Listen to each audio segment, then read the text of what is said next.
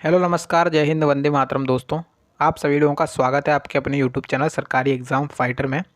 दोस्तों, अगर आप लोग एसएससी एमटीएस के लिए तैयारी कर रहे हैं तो उनके लिए ये क्लास बहुत ही ज़्यादा इम्पोर्टेंट है। इस क्लास में आपको मोस्ट इम्पोर्टेंट क्वेश्चंस कराए जाएंगे जो कि जीके और जीएस के रहेंगे, जो कि आपके पिछले एग्जाम्स में पूछे जा चुके हैं। ठीक है, तो चलिए शुरुआत करते हैं वीडियो ज़्यादा ना लंबा करते हुए।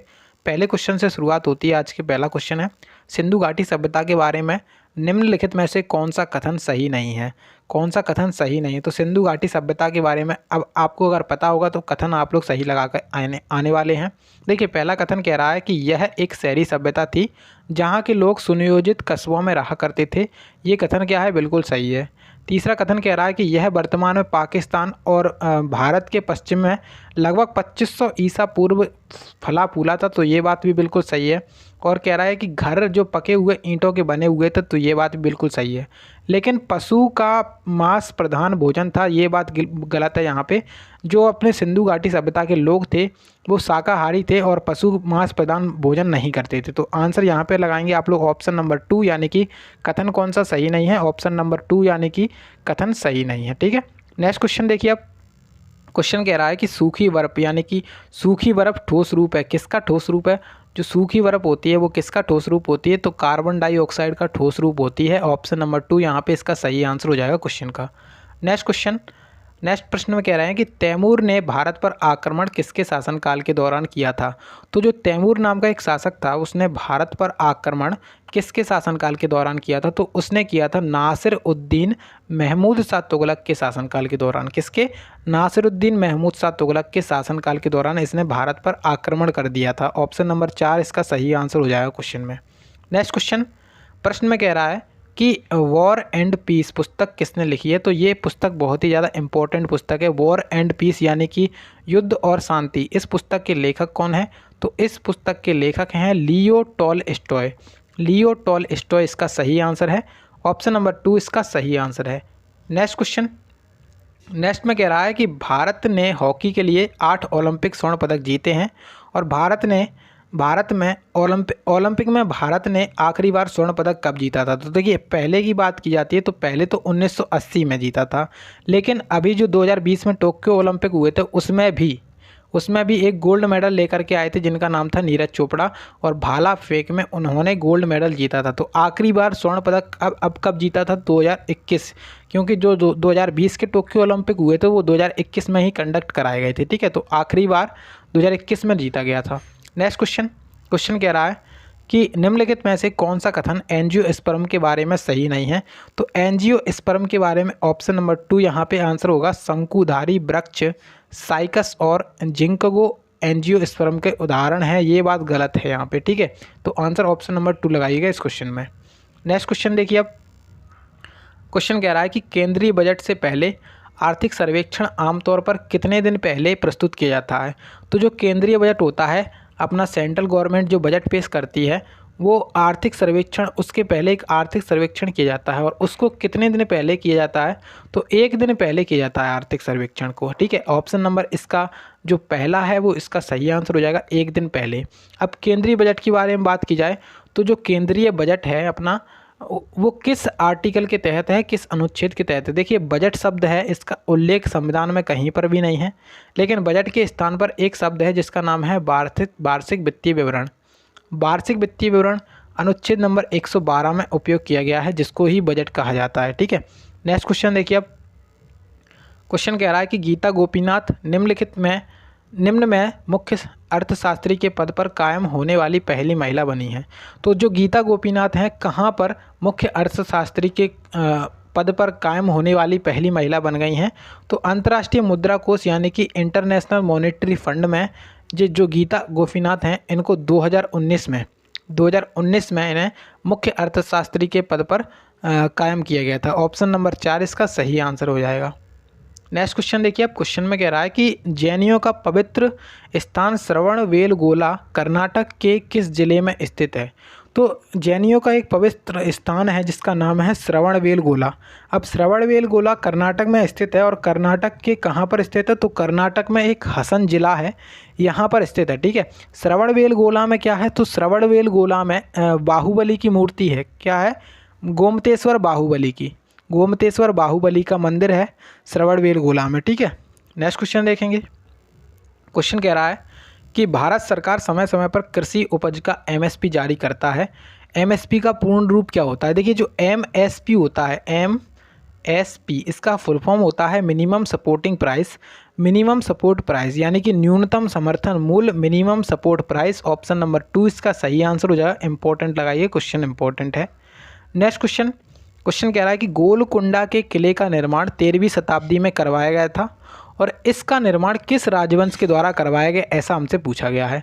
तो गोलकुंडा का जो किला है इसका निर्माण 13वीं शताब्दी में करवाया गया था और इस किले का निर्माण किसने करवाया था? तो काकतीय राजवंश के द्वारा इस किले का निर्माण करवाया गया था। ठीक है, नेक्स्ट क्वेश्चन देखें। अब प्रश्न में कह रहा है कि जलवायु के संदर्भ में ITCZ का पूर्ण रूप क्या होता है? तो जलवायु के संदर्भ में जो ITCZ होता है इसका फुल फॉर्म होता है intra tropical convergence zone. Inter tropical convergence zone यहाँ पे ऑप्शन 2 में है। आंसर लगाइए intra tropical convergence zone. ITCZ एक इम्पोर्टेंट है, इस वजह से आपको पूछा गया है। नेक्स्ट क्वेश्चन देखिए। अब नेक्स्ट में कह रहे हैं कि भारतीय एथलीट दूती चंद्र निम्नलिखित में से किस खेल से जुड़ी हुई हैं? तो जो दूती चंद्र हैं इनका संबंध किस खेल से है, ऐसा क्वेश्चन हमसे पूछा गया है। तो दूती चंद्र का संबंध किस खेल से है? इनका संबंध है स्प्रिंटिंग, मतलब ये रनर हैं और ये स्प्रिंट देती हैं, जैसे 100 मीटर 200 मीटर, इस तरीके से स्प्रिंटिंग से इनका संबंध है। ऑप्शन नंबर 4 जो है ना इसका सही आंसर हो जाएगा। दूती चंद्र ने 2018 में जकार्ता एशियाई खेलों में महिलाओं की 100 मीटर जो रेस हुई थी उसमें इन्होंने सिल्वर मेडल जीता था। इसके बारे में आप लोग ध्यान रखिएगा। अगला क्वेश्चन देखिए। अब अम्ल और क्षार की एक खास विशेषता एक दूसरे के गुणों को क्या करते हैं? एक दूसरे के गुणों को किसकी उनकी क्षमता है? यहाँ पे अम्ल और क्षार के बारे में बात हो रही है। एक दूसरे अम्ल और क्षार की एक खास विशेषता एक दूसरे के गुणों को स्फटिक या फिर उदासीन करना या फिर अमूर्त या फिर नेचरिज। तो एक दूसरे के जो गुण होते हैं उनको क्या करते हैं? उदासीन करने के गुणों को उनकी क्षमता कहा जाता है। तो ऑप्शन 2 यहाँ पे इसका सही आंसर हो जाएगा, उदासीन करना। नेक्स्ट क्वेश्चन प्रश्न में कह रहा है कि विश्व स्वास्थ्य संगठन यानी कि WHO द्वारा वर्ष 2017 में प्रकाशित रिपोर्ट के अनुसार दुनिया में लगभग कितने प्रतिशत लोगों को घर में सुरक्षित पेयजल उपलब्ध नहीं है? तो ऐसे कितने लोग हैं जिनको घर पर सुरक्षित पेयजल स्वच्छ पेयजल उपलब्ध नहीं है? तो आप लगाएंगे आंसर ऑप्शन नंबर 4। 2017 की रिपोर्ट के अनुसार 2.1 बिलियन इसका सही आंसर हो जाएगा।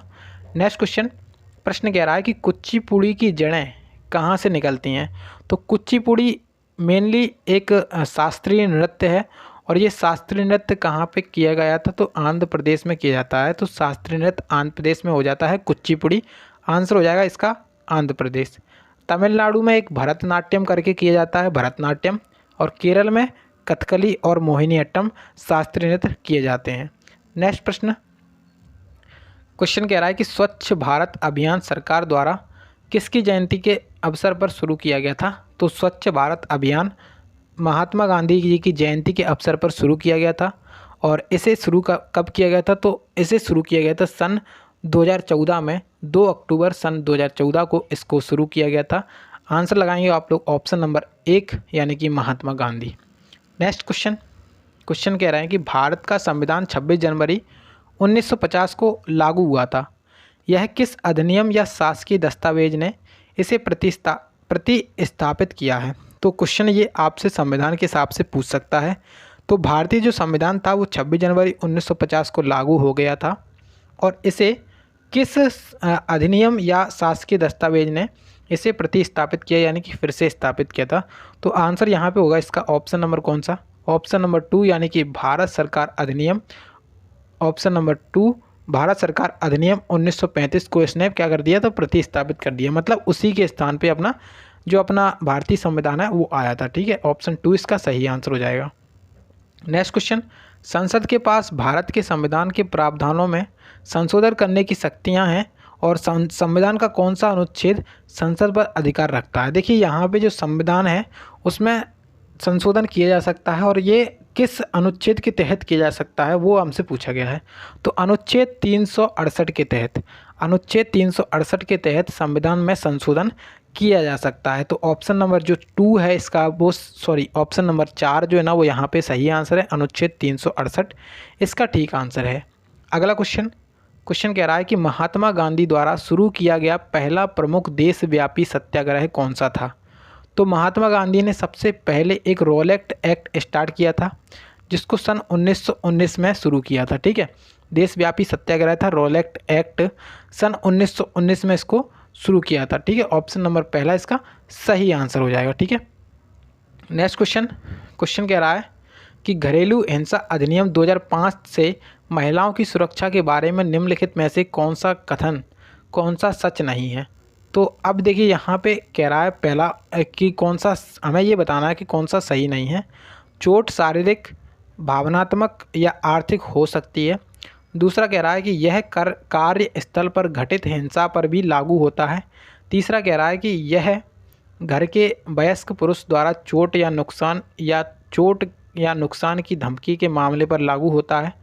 फोर्थ कह रहा है कि डोमेस्टिक शब्द में वे सभी महिलाएं शामिल हैं जो आरोपी पुरुष सदस्य के साथ साझा घर में रहती हैं या रह चुकी हैं। तो यहाँ पे हमें ये बताना है कि कौन सा कथन गलत है। तो हमने सभी कथन पढ़ लिए हैं, तो यहाँ पे इसका आंसर होगा ऑप्शन नंबर 2, ये कार्यस्थल पर घटित हिंसा पर भी लागू होगा। तो ये बात यहाँ पे गलत होगी, वह केवल घरेलू हिंसा पर आधारित होगा, मतलब घरेलू हिंसा पर क्या होगा, लागू होगा।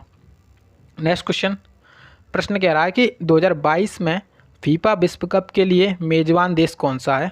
तो ये क्वेश्चन आपसे ऐसे मतलब आगे भी पूछेगा, क्योंकि अभी जो 2022 निकल के गया है इसमें फीफा वर्ल्ड कप हुआ था। और फीफा वर्ल्ड कप कहाँ पे हुआ था 2022 का, तो कतर में हुआ था। कतर की राजधानी है दोहा, वहाँ पे हुआ था। अब आप लोग मुझे बताएं कमेंट बॉक्स में कि फीफा वर्ल्ड कप 2022 का विजेता टीम कौन रही है और उप विजेता टीम कौन रही है। नेक्स्ट क्वेश्चन कह रहा है कि काटना एवं जलाना प्रकार की खेती को इस नाम से भी जाना जाता है। काटना एवं जलाना प्रकार की खेती को इस नाम से भी जाना जाता है, मतलब किस नाम से और जाना जाता है। तो काटना और जलाना जो इस प्रकार की खेती है इसे किस और नाम से जाना जाता है। तो इसे किस और नाम से जाना जाता है, स्थानांतरण या अस्थायी खेती। स्थानांतरण या अस्थायी खेती के नाम से जाना जाता है। ऑप्शन 1 इसका सही उत्तर हो जाएगा। नेक्स्ट क्वेश्चन, 2018 के बजट के अनुसार भारत के राष्ट्रपति का मासिक वेतन क्या है। देखिए जब 2018 में बजट आया था उसके अनुसार भारत का जो राष्ट्रपति था उसका मासिक वेतन कितना था, तो 5 लाख रुपए इसका मासिक वेतन था, यानी कि 5 लाख रुपए महीना इसकी मासिक सैलरी है। और जो वर्तमान में भी इसका मासिक वेतन है वो भी 5 लाख रुपए ही है। तो ऑप्शन नंबर 3 इसका सही आंसर 5 लाख रुपए करेक्ट आंसर है। नेक्स्ट क्वेश्चन, निम्नलिखित में से कौन सी मिट्टी संरक्षण का तरीका नहीं है। यहाँ पे मिट्टी को संरक्षित करने के लिए तरीके दिए गए हैं और यहाँ पे बताना है कि कौन सा मिट्टी के संरक्षण का एक तरीका नहीं है। तो यहाँ पे आंसर हो जाएगा अपक्षय। ठीक है, अपक्षय क्या नहीं है, मिट्टी के संरक्षण का तरीका नहीं है। तो देखिए अपक्षय क्या होता है, अपक्षय वह प्रक्रिया होती है जो ठोस चट्टानों को तलहट में बदल देती है। यानी कि जैसे आपकी एक ठोस चट्टानें हैं वो घिस जाती हैं, उन्हीं को क्या कहते हैं, अपक्षय कहते हैं। ठीक है, और हमसे क्वेश्चन में पूछा गया था कि मिट्टी का संरक्षण बताइए, तो अपक्षय यहाँ पे इसका संरक्षण का तरीका नहीं है। ऑप्शन 4 इसका सही आंसर हो जाएगा। ठीक है, तो यहाँ पे आज के क्वेश्चन हो चुके हैं समाप्त। अगर आपको वीडियो पसंद आई है तो वीडियो को लाइक कर दीजिएगा, दोस्तों के साथ शेयर करेंगे और चैनल को सब्सक्राइब जरूर कर लीजिएगा।